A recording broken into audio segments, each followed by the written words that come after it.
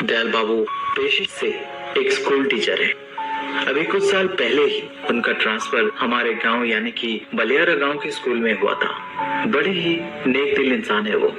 गांव वाले तो भगवान मानते हैं उन्हें, और क्यों ना माने, पूरे गांव को उस डायन से जो बचाया था उन्होंने। ये बात तब की है जब मास्टर जी पहली बार अपने परिवार के साथ इस गांव में पहुंचे थे। तब उन्हें वहां का माहौल थोड़ा सा अजीब लगा, क्योंकि तब शाम का वक्त था, पर पूरे गांव में सन्नाटा ऐसे पसरा हुआ था जैसे कोई था ही नहीं उस गांव में। दूसरे दिन जो नजारा उन्होंने शाम को देखा था, कुछ वैसे ही नजारा दिन का भी था। दिन में कभी कभार एक आध लोग दिखाई दे भी जाते, लेकिन जैसे ही शाम होती है वैसे ही सब लोग घर के अंदर। जहाँ बड़ों की हालत ऐसी है वहाँ बच्चों की तो ना ही पूछो तो ही बेहतर। बच्चे तो स्कूल तक नहीं आते थे। आखिर बात क्या है ये जानने के लिए मास्टर जी गांव गए लोगों से बात करने के लिए, और वहां जाकर पता चला कि वो पूरा गांव एक डायन के खौफ से जूझ रहा था। गांव में एक के बाद एक मौतें हो रही थी। अभी 2 दिन पहले ही उस डायन ने एक बच्चे को उसके घर के आंगन से ही उठा लिया था। बेचारे उस बच्चे के माँ बाप का तो बुरा हाल हो गया था रो रो कर। दूसरे दिन उसके कुछ कपड़े गांव वालों को मिले जो खून से सने हुए थे। ये कोई पहली बार नहीं हुआ था। इससे पहले और भी कई बच्चे गायब हो चुके थे इस गांव से। उसका ज्यादातर शिकार हमेशा बच्चे ही हुआ करते थे, जिस वजह से गांव वाले छोटे बच्चों को घर से बाहर नहीं जाने देते थे। और यही वजह थी कि स्कूल में कोई बच्चा पढ़ने नहीं आता था। ये सुनकर मास्टर जी को उन लोगों पर हंसी जरूर आई थी, क्योंकि वो अभी तक सच्चाई से वाकिफ नहीं थे। उन्हें लग रहा था वो गांव जंगल के पास ही था, तो हो सकता है ये सब किसी जानवर का काम हो। उस दिन मास्टर जी जब घर पहुंचे तब उन्होंने देखा सुहाना की तबीयत अचानक से बहुत ज्यादा खराब हो गई थी। वो बार बार उल्टियां कर रही थी, जिसमें काला रंग का कुछ निकल रहा था। वहाँ दूर दूर तक ना ही कोई अस्पताल था और ना ही कहीं जाने आने की सुविधा। ऐसे में मास्टर जी फिर से गांव की ओर दौड़े किसी तरह की मदद की उम्मीद में। गांव में एक वैद्य जी मिले जिन्होंने उसका इलाज किया, पर जाते हुए उन्होंने कहा अब उस डायन की नजर आपकी बेटी पर है। उसने उसे वो श्रापित फल दिए हैं खाने को, जिससे इसकी तबीयत बिगड़ गई।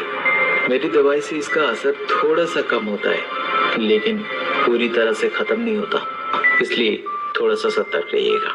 ये कहकर वो वहां से चले गए। शाम होते होते सब लोग अपने अपने घरों में कैद हो गए। रात को सुहाना के पास बैठे बैठे मास्टर जी की आंख लग गई थी।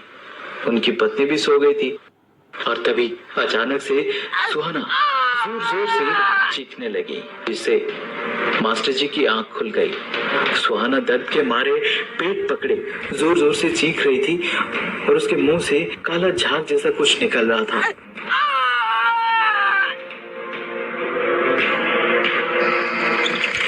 मास्टर जी फौरन भागे वैद्य जी के पास, पर जब तक वो उन्हें लेकर वापस आए तब तक सुहाना की सांसें थम चुकी थी। इस बात से मास्टर जी और उनकी पत्नी दोनों बहुत दुखी हो गए थे।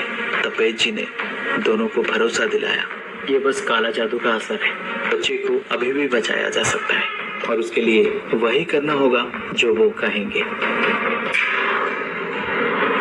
दूसरे दिन मास्टर जी सुहाना की बॉडी को एक बॉक्स में बंद करके उसे कब्रिस्तान में दफना दिए और सूरज ढलने का इंतजार करने लगे। शाम ढलते ढलते चारों तरफ अंधेरा छाने लगा। लोग रोज की तरह अपने घरों में बंद हो गए थे। यहाँ मास्टर जी और वैद्य जी उस टाइम की प्रतीक्षा कर रहे थे। ऐसे में उनकी प्रतीक्षा का अंत करते हुए एक काले कपड़े पहने और वहाँ कब्रिस्तान में उसी जगह पहुंची जहाँ मास्टर जी की बेटी को दफनाया गया था। उसने उस जगह से सुहाना की लाश को बाहर निकाला और कुछ मंत्र का उच्चारण किया, जिसके बाद सुहाना ऐसे उठी जैसे कि वो नींद से जागी हो। अब सुहानी बिल्कुल ठीक थी और जिंदा थी।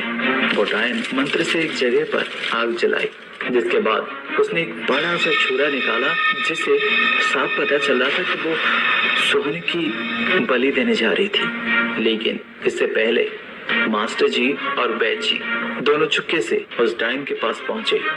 वैद्य जी ने कुछ मंत्र का उच्चारण करके जैसे ही उसकी चोटी पकड़ी, वैसे ही मास्टर जी ने छुरे से उसकी चोटी काट डाली। चोटी काटने के बाद वो डायन चीखते हुए पीछे मुड़ी और कुछ ऐसा कहा जिसे सुनकर मास्टर जी शॉक्ड रह गए। उसने वैद्य जी की तरफ देखा और कहा, मैं तुम्हारी पत्नी हूँ और तुम मुझे मारोगे? वैद्य जी ने वो चाकू मास्टर जी से छीन लिया और उसे उस डायन के सीने में घोंप दिया, जिसके बाद उसके चारों तरफ धुआं फैल गया और उसी में वो डायन कहीं गायब हो गई। उस रात मास्टर जी को अपनी बेटी वापस मिल गई थी, लेकिन इस बात से वो जितना खुश थे, इससे कई ज्यादा हैरान ये जानकर थे कि वो डायन कोई और नहीं, वैद्य जी की ही बीबी थी।